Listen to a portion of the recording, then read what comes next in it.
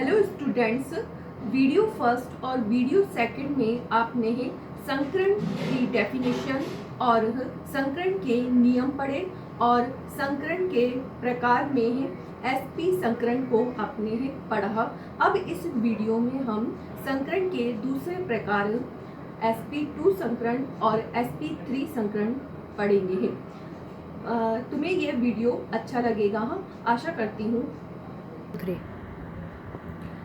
संकरण के प्रकार में sp संकरण इससे पहले वाली वीडियो में तुमने पढ़ लिया है।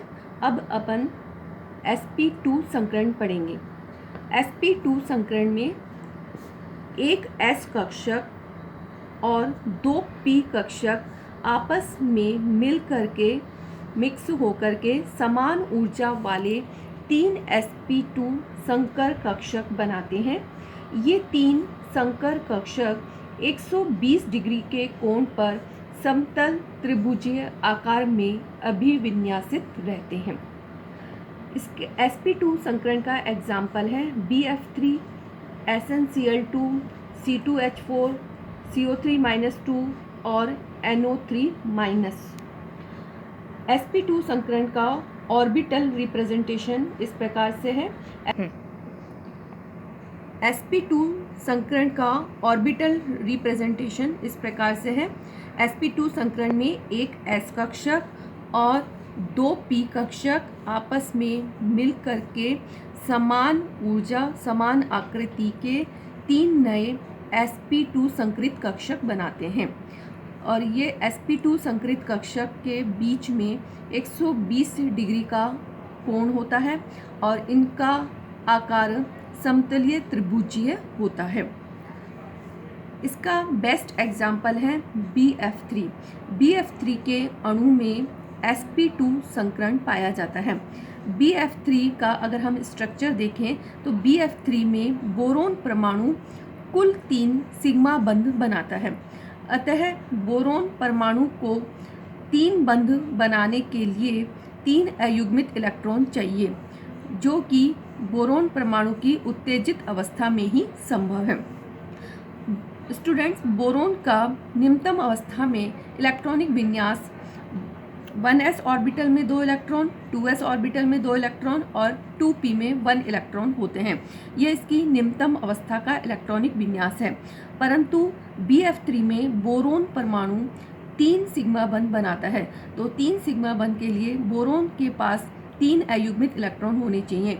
यहाँ बोरोन की निम्नतम अवस्था में केवल एक ही अयुग्मित इलेक्ट्रॉन है, अतः उसे 3 अयुग्मित इलेक्ट्रॉन प्राप्त करने के लिए बोरोन की यह उत्तेजित अवस्था में ही प्राप्त होता है। बोरोन की उत्तेजित अवस्था में बोरोन के 2s कक्षक से एक इलेक्ट्रॉन उत्तेजित होकर के 2p में चला जाता है। इस प्रकार से इसकी उत्तेजित अवस्था में हमें 3 अयुग्मित इलेक्ट्रॉन प्राप्त हो जाते हैं और ये 3 अयुग्मित इलेक्ट्रॉन वाले कक्षक मिक्स होकर के संकरित होकर के यह sp2 संकरित कक्षक बनाते हैं।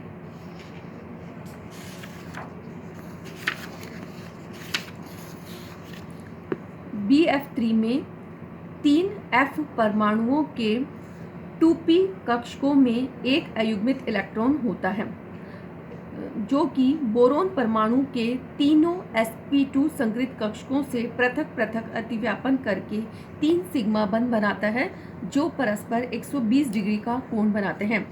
ये BF3 का स्ट्रक्चर है।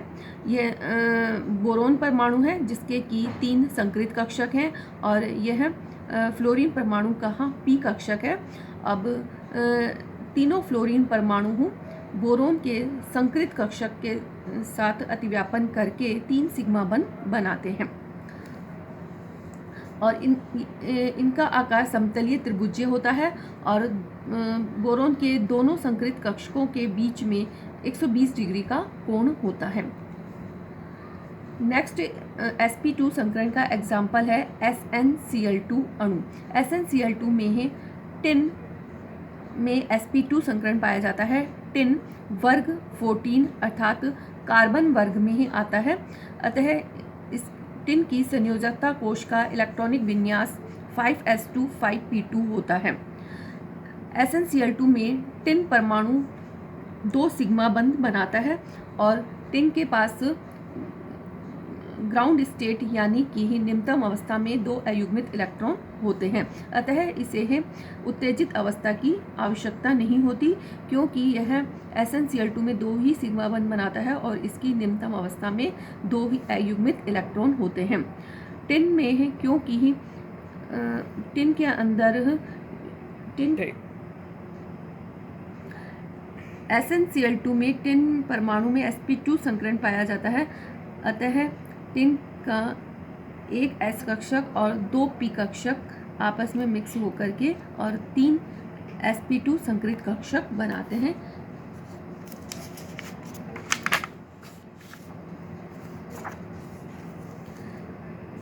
इस प्रकार से टिन के तीनों sp2 संकरित कक्षकों में से एक कक्षक में एकाकी इलेक्ट्रॉन युग्म होता है जो कि बंध के निर्माण में हिस्सा नहीं लेता है, और शेष बचे 2 sp2 संकरित कक्षक में अयुग्मित इलेक्ट्रॉन होते हैं जो कि प्रत्येक Cl परमाणु के P कक्षक में उपस्थित अयुग्मित इलेक्ट्रॉन से अतिव्यापन करके 2 सिग्मा बंध बनाते हैं। किसी भी अणु की संरचना के निर्धारण में एकांकी इलेक्ट्रॉन युग्म का योगदान नहीं होता। स्टूडेंट्स, यह बात बहुत ही इम्पॉर्टेंट है कि किसी भी अणु की संरचना के निर्धारण में एकांकी इलेक्ट्रॉन युग्म का कोई योगदान नहीं होता है, क्योंकि एकाकी इलेक्ट्रॉन युग्म, जिसे इंग्लिश में लॉन पेयर ऑफ इलेक्ट्रॉन कहते हैं, सिर्फ केंद्रीय परमाणु तक ही सीमित रहता है। अतः अणु की संरचना के निर्धारण में सिग्मा बंध का ही योगदान होता है। यही कारण है कि SnCl2 में sp2 संकरण होते हुए भी इसकी संरचना V आकार की होती है, समतलीय त्रिभुजीय नहीं होती है, क्योंकि यहाँ पर एकांकी इलेक्ट्रॉन युग्म का आकृति में कोई योगदान नहीं होता है। एकांकी इलेक्ट्रॉन युग्म और बंधी युग्म के मध्य प्रतिकर्षण के कारण SnCl2 में बंध कोण का मान 120 डिग्री से कुछ कम होता है। यह SnCl2 का ऑर्बिटल डायग्राम है, जहाँ पे ये बताया है कि Sn के ये 3 संकरित कक्षक हैं। एक संकरित कक्षक में एकांकी इलेक्ट्रॉन युग्म है और दोनों संकरित कक्षक में एक एक इलेक्ट्रॉन है, जो कि क्लोरीन के P कक्षक से, जिसमें कि अयुग्मित इलेक्ट्रॉन होता है, उससे अतिव्यापन करके प्रत्येक Cl परमाणु सिग्मा बंध बनाता है। इस तरह से SnCl2 में 2 सिग्मा बंध बन जाते हैं। और यहाँ पर लॉन पेयर ऑफ इलेक्ट्रॉन, जो Sn का एकांकी इलेक्ट्रॉन युग्म है, जिसे इंग्लिश में लॉन पेयर ऑफ इलेक्ट्रॉन कहते हैं, वो अणु की संरचना के निर्धारण में कोई भूमिका नहीं निभाता है। केवल सिग्मा बंध से ही अणु की आकृति का निर्धारण होता है।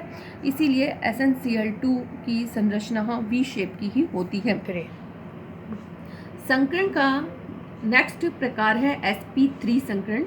स्टूडेंट्स, इस sp3 संकरण के नाम से ही तुम्हें पता लग जाएगा कि इसमें एक S कक्षक और 3 P कक्षक आपस में मिक्स होते हैं।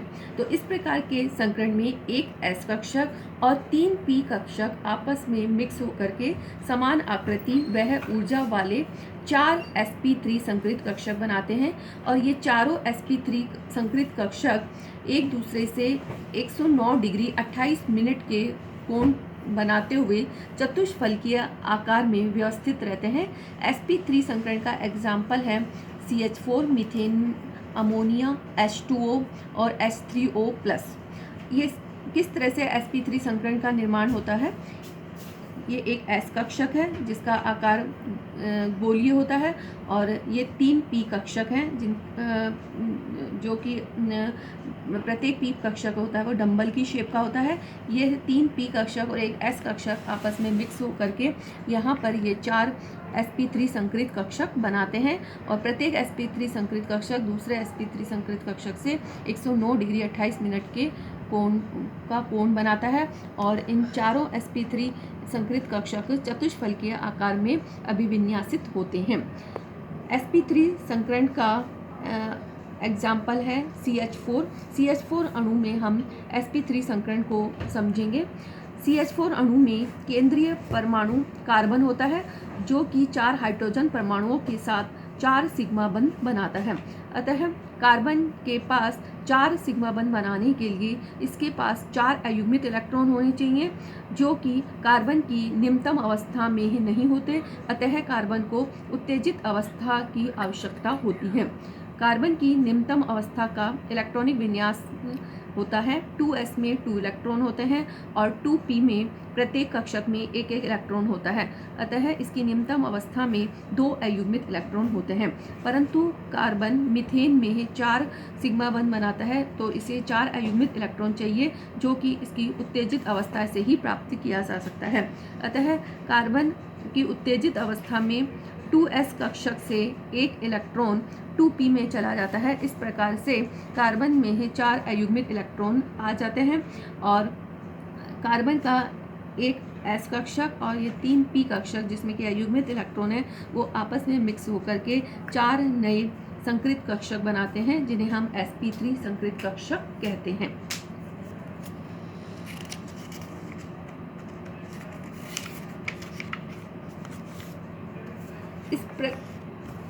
इस प्रकार से प्राप्त 4 sp3 संकृत कक्षक में प्रत्येक में एक एक इलेक्ट्रॉन होता है, जो कि हाइड्रोजन परमाणु के 1s कक्षक में उपस्थित अयुग्मित इलेक्ट्रॉन के साथ युग्मित होकर के 4 सिग्मा बंध का निर्माण करता है। अतः मीथेन की संरचना चतुष्फलकीय होती है, क्योंकि इसमें sp3 संकरण होता है और इसका बंध कोण 109 डिग्री 28 मिनट होता है। यह है मीथेन का स्ट्रक्चर। इसके अंदर कार्बन के ये 4 sp3 संकृत कक्षक हैं और प्रत्येक sp3 संकृत कक्षक हाइड्रोजन के 1s कक्षक से अतिव्यापन करता है, जिसमें कि अयुग्मित इलेक्ट्रॉन होता है और सिग्मा बंध बनाता है। इस प्रकार से कार्बन में 4 सिग्मा बंध बन जाते हैं। और कार्बन की आकृति चतुष्फलकीय होती है, क्योंकि इसके अंदर sp3 संकरण पाया जाता है, इसलिए मीथेन की आकृति चतुष्फलकीय होती है। हेलो स्टूडेंट्स, अगर आपको ये वीडियो पसंद आया तो आप इसको लाइक और सब्सक्राइब करना मत भूलिए। Thank you.